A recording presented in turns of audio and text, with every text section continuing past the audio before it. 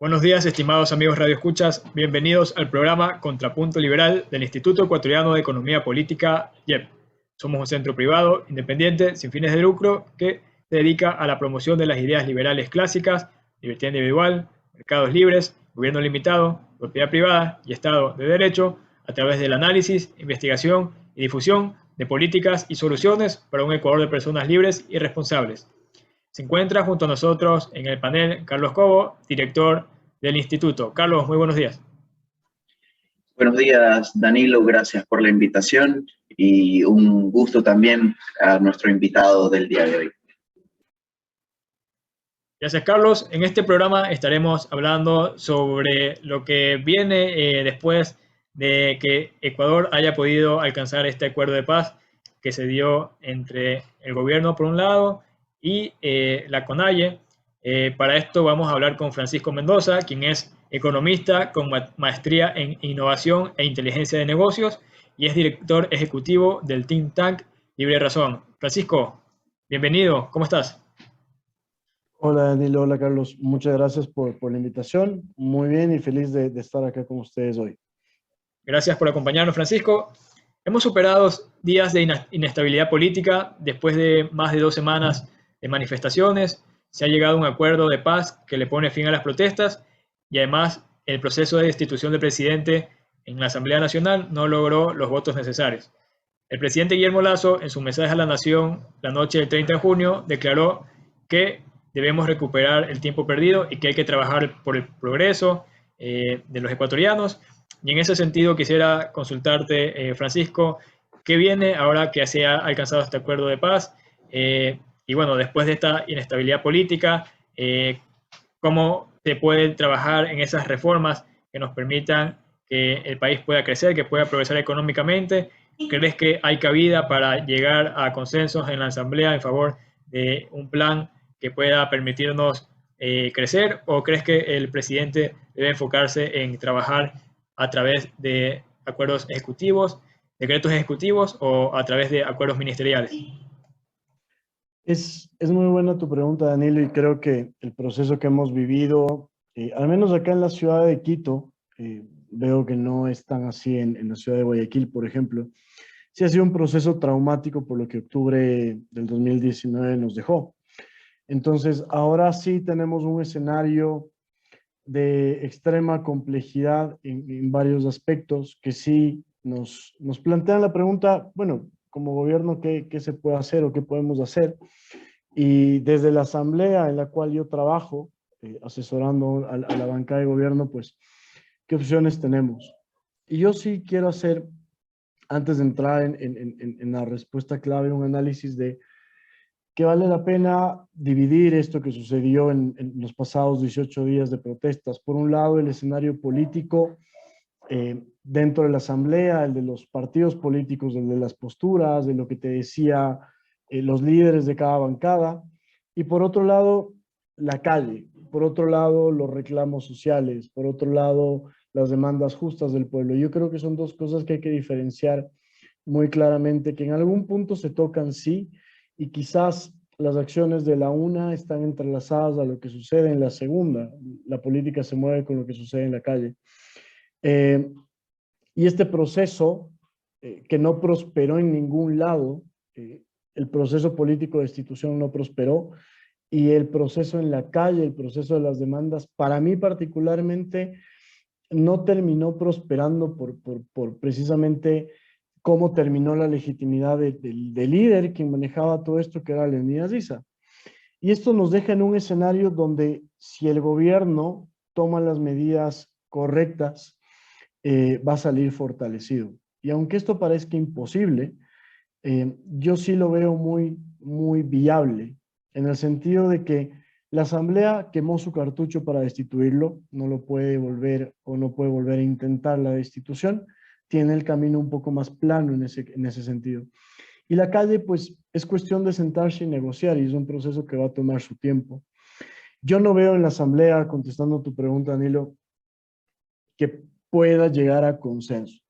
Te soy muy franco. Porque cuando tú pasas por un proceso de destitución, la brecha que tienes que cerrar es mucho más grande que la que existía. el resto de bancadas, el resto de políticos, se te fue de frente. Es decir, te atacó de frente. Para mí es algo positivo porque sabes a lo que te tienes. Antes lo que hacían es decirte sí, pero a tus espaldas actuar de manera contraria.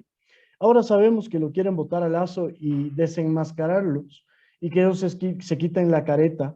Yo creo que es un punto muy beneficioso para el gobierno y para poder trabajar en función de eso. La Asamblea va a pasar por un proceso de recuperación particular, individual y paralelo a lo que pasa en el país. Van a estar separados. Y en ese contexto yo no veo proyectos y procesos que el Ejecutivo puede enviar precisamente a la Asamblea como para que ésta la trate. Yo no veo en el mediano y corto plazo un camino para acortar esa brecha que les digo. Entonces los consensos los veo muy complejos, salvo, y con esto concluyo, salvo la Asamblea adopte una actitud muy madura, encabezada por su presidente, que sale en el mes de mayo de 2023, y realmente se pongan a trabajar, que es lo que el país creo que está buscando. Listo, gracias Francisco por tu respuesta. Pero yo quiero preguntarte algo. De hecho, el Banco Central no hace mucho mostró algunas cifras económicas. De hecho, ellos dijeron que el primer trimestre de este año el crecimiento ha sido del 4%. Y ahí yo diría más bien, ¿qué nos espera para este segundo semestre luego pues, de la pérdida y de los días de paro que hemos tenido? Ya, porque si bien entiendo que ha habido o tenemos paz en este momento, luego del diálogo, pero yo creo que es una paz que va a durar 90 días, ya, y que posteriormente pues se ha previsto que esto pueda continuar si el presidente pues no sigue adelante con las diferentes propuestas que han planteado estos grupos violentos, ya. Y aquí viene mi pregunta. Entonces, ¿qué deberíamos los ecuatorianos esperar de la Asamblea? Porque entiendo que del presidente pues hay mucho que esperar, se espera muchísimo de parte de los ciudadanos y también de estos grupos violentos, pero de parte de la Asamblea, ¿qué debemos entonces esperar los ciudadanos? Entiendo que es muy difícil llegar a acuerdos, pero ¿qué está proponiendo tal vez la Asamblea o qué están haciendo en la Asamblea tal vez para ayudar, ¿no?, a esta paz que tanto necesitamos? ¿Qué debemos esperar los ciudadanos? Gracias, Carlos. Yo voy a dividir tu pregunta. ¿Qué está haciendo la Asamblea? Yo te voy a dejar algunos comentarios sobre eso. Primero, y súper importante, es cuando tú mencionas estos grupos violentos, cabe también una división. Cuidado, y creemos que la protesta que se dio acá incluía únicamente grupos violentos. ¿Y por qué lo digo así? Porque yo sí considero que hay protestas y hay demandas sociales que son muy justas, ¿sí? Y hubo durante las protestas grupos pacíficos que sí marcharon por el centro histórico sin causar un solo daño. Otra cosa muy diferente son estos grupos violentos. Esta distinción es muy clara y tiene que ser aclarada a la ciudadanía porque detrás de estos grupos violentos hay muchos intereses. Para muestra de esto, si ustedes ven, después del paro, lo primero que sucedió fue otro amotinamiento en una cárcel, si no me equivoco, de Loja. Entonces, separemos esas dos cosas, porque la Asamblea lo que va a hacer a futuro, y con esto te contesto, es atacar esas demandas justas de la ciudadanía. En la Asamblea tú tienes diversos proyectos de ley presentados por la bancada o el brazo político de la CONAIE, que es Pachacuti. Y yo creo que esta bancada, y obviamente con la bancada del ex gobierno, la bancada de UNES, ellos van a entrar en ese juego político de presionar para que esas demandas sean cumplidas a través de la Asamblea con los proyectos de ley presentados por Pachacuti. ¿Por qué esto se va a convertir en un problema si se da? Porque tú tienes una ley laboral presentada por Salvador Quispe que está en la Comisión de Trabajo, que es una ley laboral que responde al Frente Unitario de Trabajadores, y ustedes saben cuáles son las visiones y los objetivos del Frente Unitario de Trabajadores. No tiene nada que ver con un código laboral que necesita el país, de más flexibilidad, de mayores oportunidades. Entonces, ellos van a empujar ese tipo de iniciativas. Y otra adicional, que yo no sé por qué tienen una fijación con dos cosas. La primera, la no venta del Banco del Pacífico. Se puede entender desde cierto punto de vista que no quieren que los bienes, entre comillas, del Estado, el patrimonio, entre comillas, del Estado se venda. Y hay dos leyes presentadas para prohibir la venta del Banco del Pacífico. Aquí me quiero mandar un comentario político porque es paradójico que ellos no quieran vender el Banco del Pacífico para destinar este dinero a combatir la desnutrición crónica infantil, cuando el 80% de los niños que se encontraban en la Casa de la Cultura y en la Universidad Central, hijos de la gente que vino a protestar, el 80% tiene y sufre de anemia y desnutrición crónica infantil. Pero los líderes no quieren que se venda el Banco del Pacífico para dar ese dinero y arreglar ese problema. Y hay otro proyecto de ley que para mí también lo van a impulsar mucho y es la fijación de tasas de interés. Quieren que por ley las tasas de interés bajen.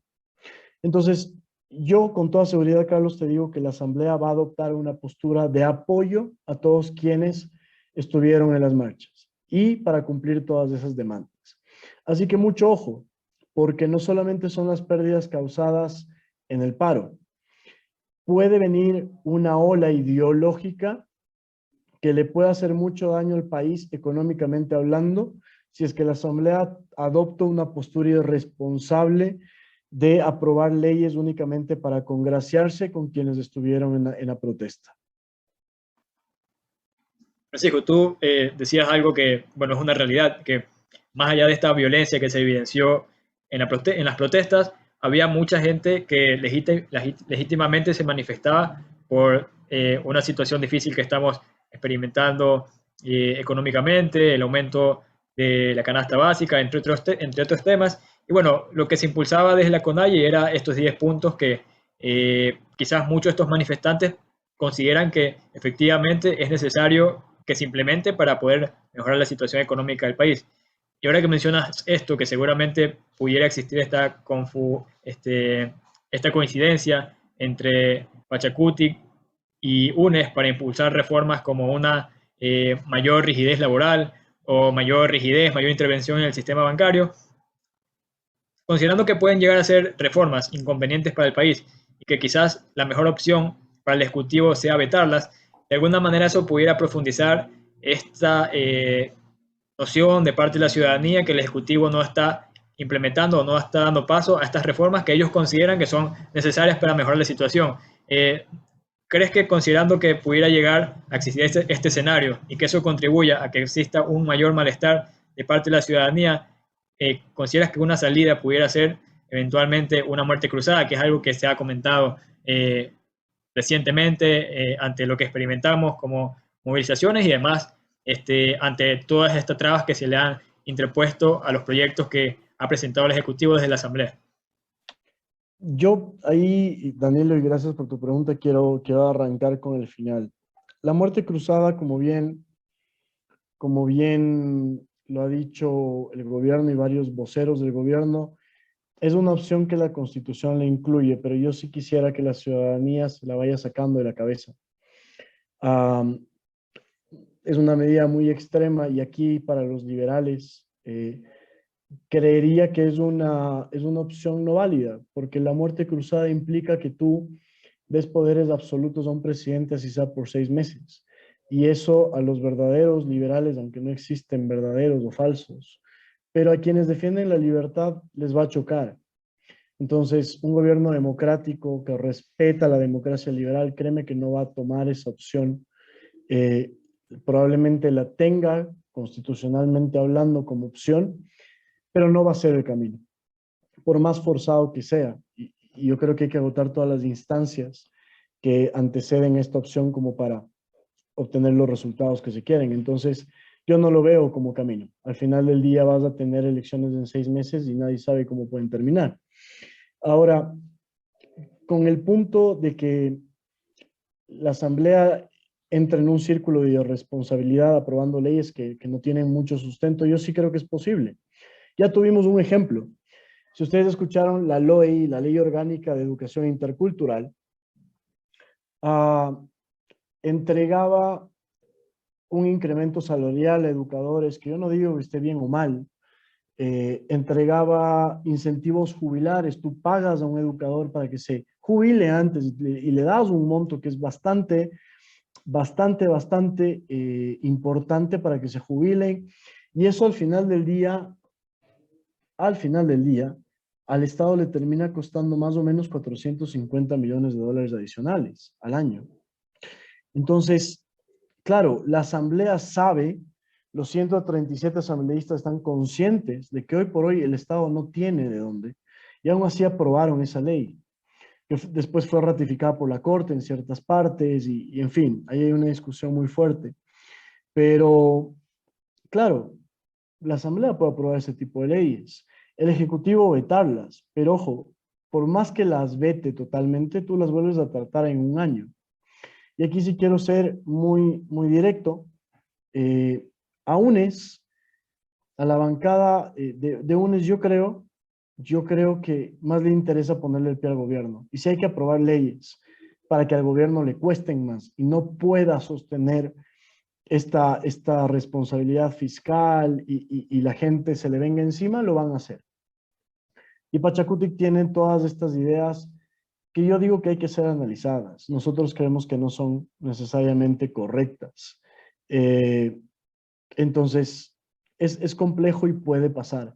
Por eso el Ejecutivo tiene que hacer dos cosas: manejar muy políticamente la Asamblea y entablar puentes, y por otro lado, gobernar con las herramientas que tiene sin depender de la Asamblea. Listo.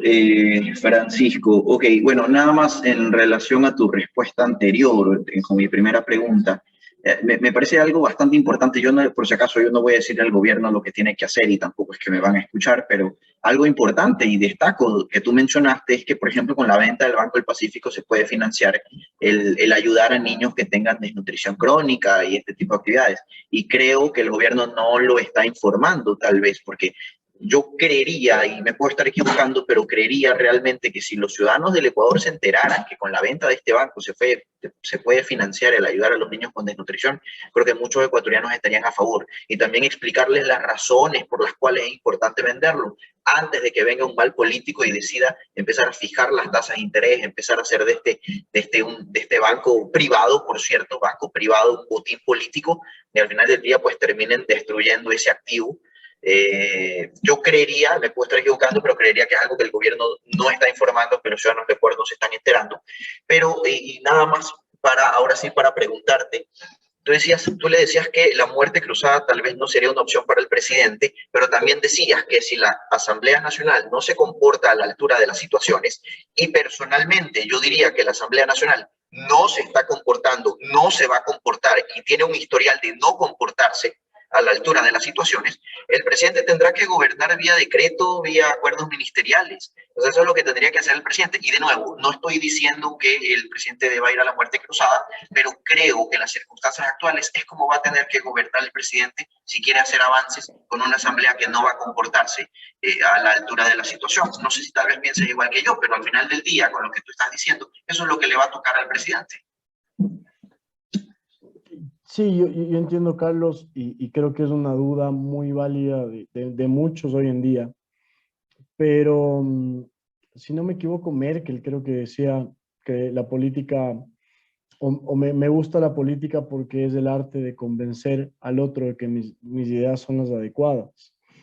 Y yo creo que es algo que en el Ecuador mucho no se practica, porque tuvimos 14 años de imposiciones, tuvimos 4 años de no sé, prácticamente de un desmayo político que nadie sabe qué ocurrió en esos 4 años. No hubo nada en firme. Y ahora estamos intentando implantar un modelo, un sistema diferente, ideas diferentes que no se van a solucionar con 6 meses de decreto, Carlos. Y yo de verdad que respeto mucho esa opinión, pero tengo que distanciarme completamente, porque hay que ver el riesgo mayor en el mediano y largo plazo. Es que si tú vas a muerte cruzada, claro, tienes elecciones en 6 meses. Y tú en 6 meses no vas a cambiar la opinión de la gente para que entienda que los asambleístas cumplen un rol importantísimo y tienen que elegir a gente adecuada, personas adecuadas. Y créeme que si hay muerte cruzada y hay elecciones en 6 meses, los partidos políticos van a poner a personajes, figuras públicas que tengan más seguidores en Instagram que ideas de políticas públicas. Entonces, yo me atrevería a apostar el día de hoy a que si existe muerte cruzada el día de mañana, la calidad de la asamblea nueva que se elegiría en 6 meses va a ser peor que la actual. Así de drástico tengo que ser.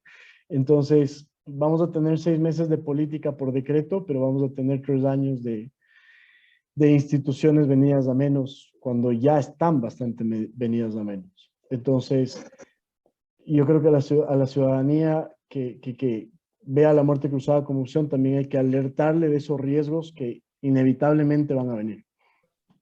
Sí, de hecho, nada más para complementar, algunos pensábamos que no podía llegar a una asamblea peor y luego llega esta asamblea que desgraciadamente pues hace que esta institución se degrade, que la confianza que la gente tiene en esta institución pues se degrade cada día más, y eso realmente da muchísima pena.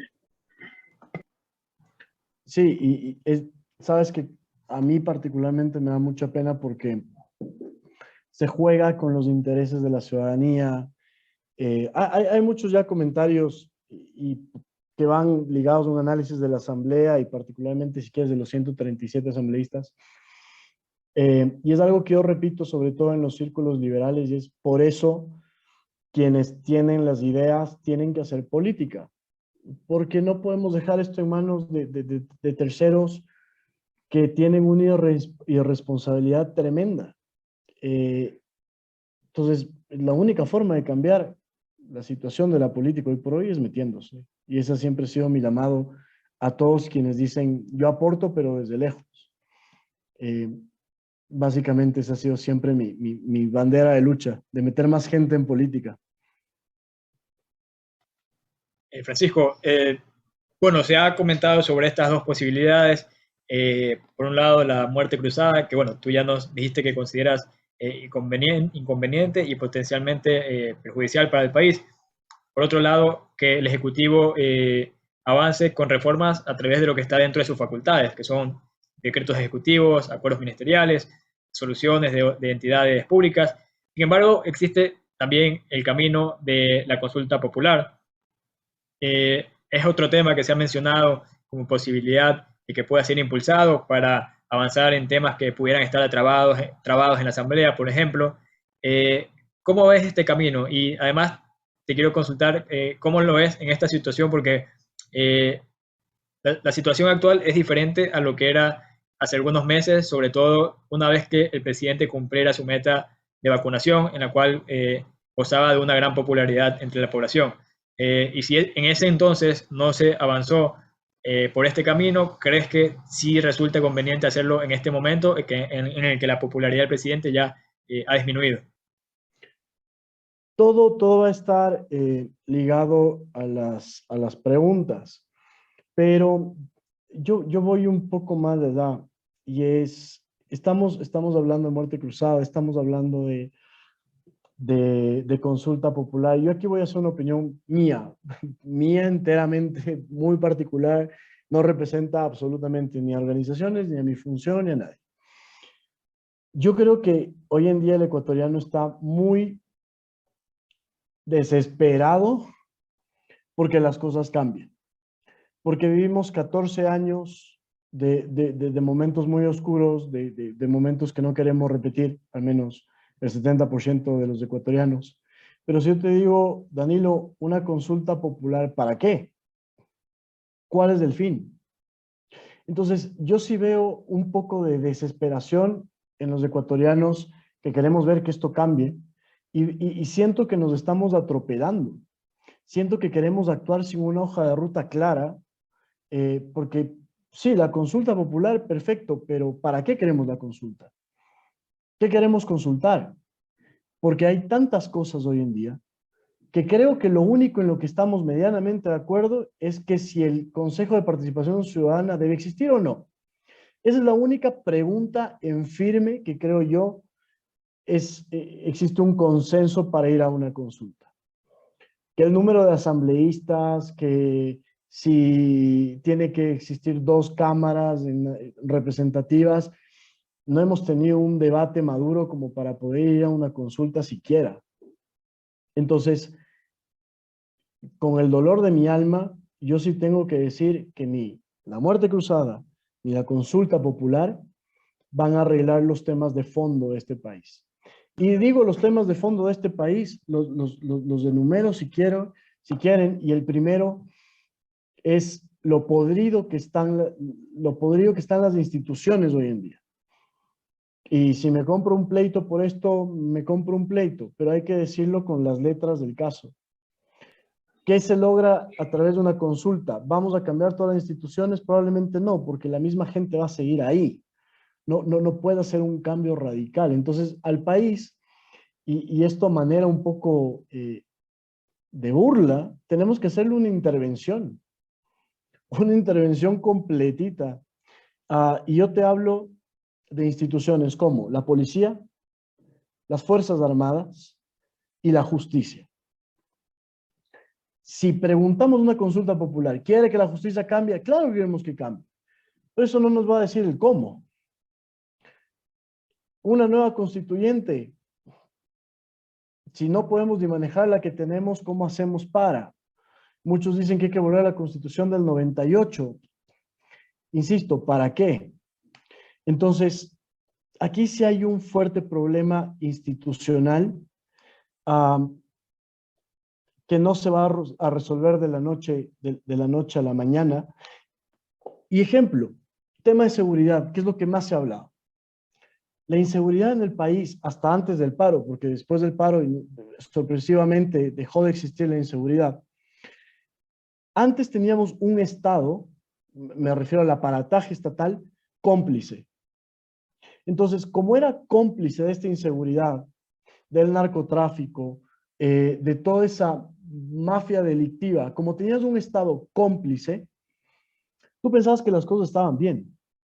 Ahora, cuando tú tienes un Estado que le quiere hacer frente al narcotráfico, por ejemplo, cuando hemos multiplicado, creo que por 10 las incautaciones de droga, en este año apenas, te das cuenta que el Estado no es lo suficientemente fuerte para hacer frente a todos los problemas que tenemos acá. ¿Por qué creen ustedes que se dio el intento de golpe de Estado?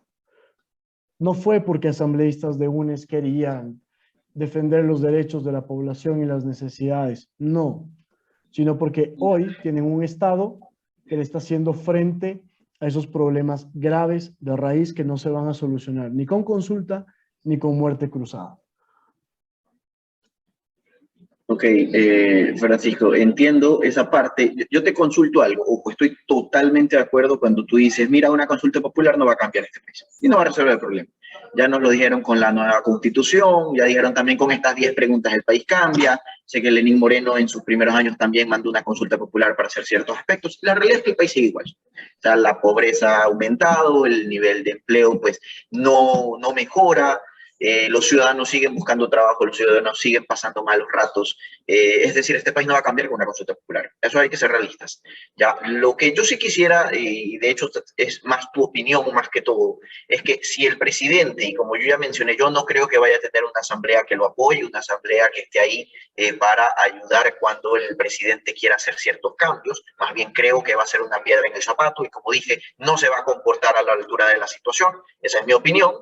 ¿Ya? Pero tomando entonces todo esto como referencia, no podría tal vez, o pensaría el presidente, y esto se une de lo que decía Danilo, no tiene la popularidad, pero tal vez el presidente quiere hacer cambios profundos en ciertos aspectos. ¿No crees que podría pensar, en tu opinión, irse a una consulta popular para poder llevar a cabo las leyes o no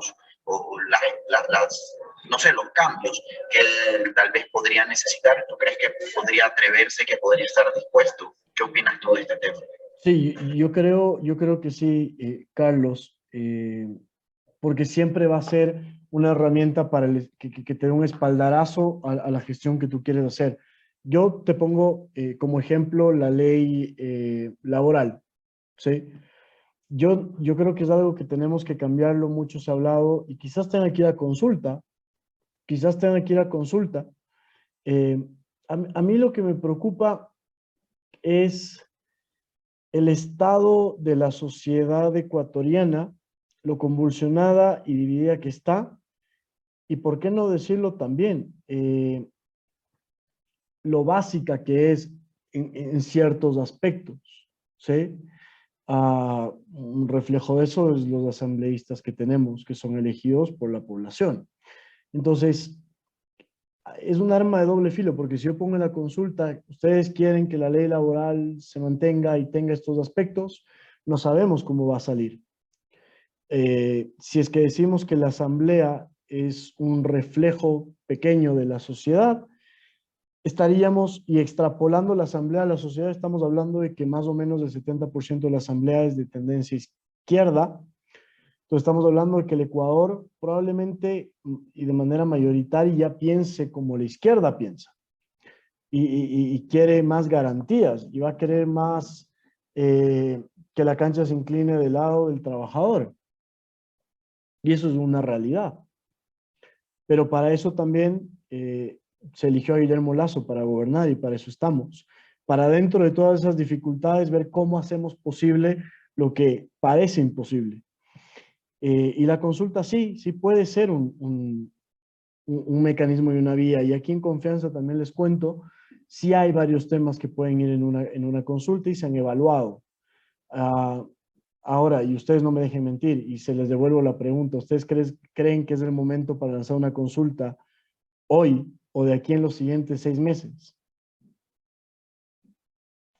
Bueno, ya que preguntas, yo te diría que bien comunicado. De hecho, yo creo que si algo otros presidentes han sabido hacer, y durante 10 años de correísmo lo vivimos, es que con un estado de propaganda, aunque las preguntas fueran malas, se comunicaba. Y al punto que la gente estaba dispuesta a apoyar ideas que podían incluso perjudicarles. Yo diría que comunicando bien exactamente qué es lo que esto quiere lograr, yo te diría que no sería descabellado, ¿no? Pero de nuevo, es mi opinión, yo no soy analista político, yo no conozco cómo se maneja el interno, yo sé que tú lo has vivido de pies a cabeza, yo no. Entonces no sé si estaré equivocado, pero esa es mi visión. No sé si Danilo tal vez tenga una opinión parecida o diferente, pero yo lo veo de esa manera, la comunicación es clave. Y totalmente de acuerdo, Carlos. También creo que es posible. Sí, también creo que es posible, pero el timing es fundamental. Y como tú bien dijiste, si no me equivoco, el tema del levantamiento indígena pues va a tener varias etapas de evaluación, la siguiente a 90 días. Entonces, hay que medirlo extremadamente bien. Sí, seguramente, Francisco. Bueno, ha llegado el tiempo de cerrar con el programa. Te quiero agradecer por habernos conversado de esos temas tan importantes y de alguna manera darnos luces sobre lo que puede ser el acontecer del país en esta nueva etapa que se viene. Gracias, Francisco. Gracias también, Carlos.